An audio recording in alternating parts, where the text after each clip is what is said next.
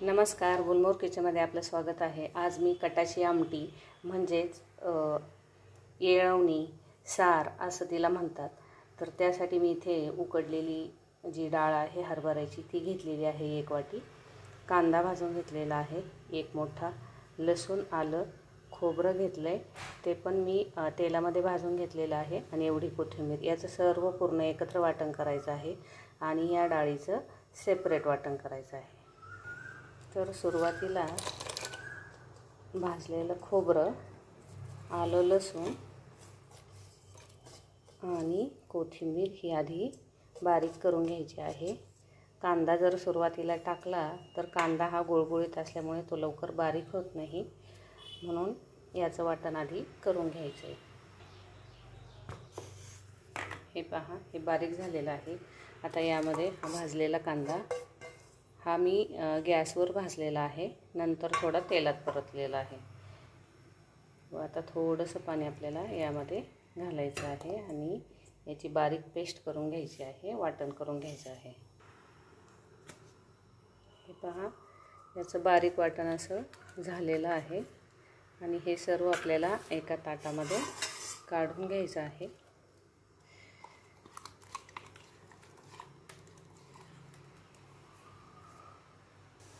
व आता यामध्येच आपल्याला ही डाळ बारीक करून घ्यायची आहे। थोडंसं पाणी घालायचं आहे। आमटीसाठी या डाळीचा वापर करावाच लागतो।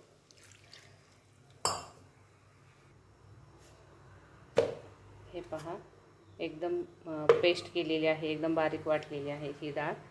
आता आपण आमटी फोडणीला टाकूया। आता यामध्ये आपल्याला 3 पळ्या हे तेल घालून घ्यायचं आहे।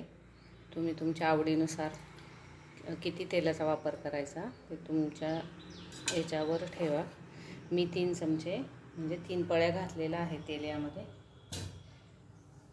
सुरुवातीला हा कढीपत्ता घालून घ्यायचा आहे।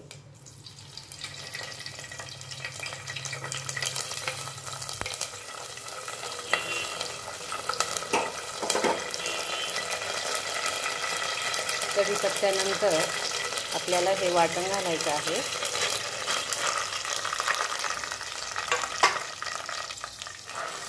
हलवून घ्यायचे आणि थोडंसं परतू द्यायचे तेलामध्ये। तर आता यामध्ये मसाले घालायचे आहेत।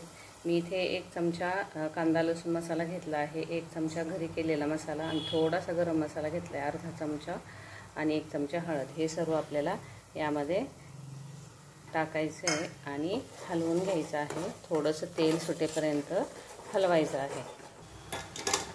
आता यामध्ये आपण जी डाळ शिजवली होती त्याचं जे पाणी राहिलेलं होतं ते घालून घ्यायचं आहे।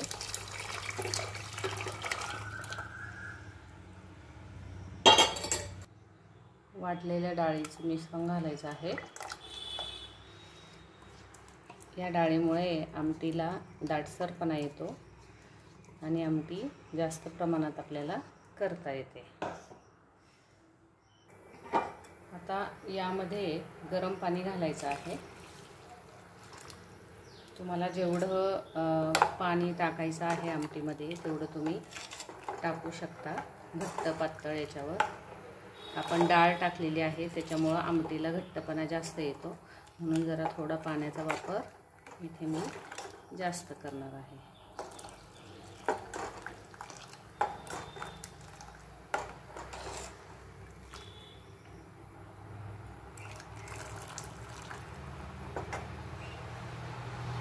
आता आमटीला चांगली उकळी येऊ द्यायची आहे व 5 मिनिट बारीक गॅसवर आपल्याला आमटी चांगली उकळून द्यायची आहे। चवीनुसार मीठ टाकायचं आहे। मी इथे साधारणतः 2 चमचे मीठ टाकलेलं आहे। छान उकळी आलेली आहे आणि आता गॅस मी बारीक करणार आहे। 5 मिनिट आपल्याला ही चांगली उकळून घ्यायची आहे बारीक गॅसवर। इथे ही आमटी आपली तयार झालेली आहे। ही आमटी भाताबरोबर खूप छान लागते। ज्यावेळेस पुरणपोळीचा स्वयंपाक असतो त्यावेळेस ही आमटी बनवलीच जाते। हा व्हिडिओ तुम्हाला जर आवडला असेल तर लाईक, शेअर, कमेंट आणि सबस्क्राईब करायला विसरू नका.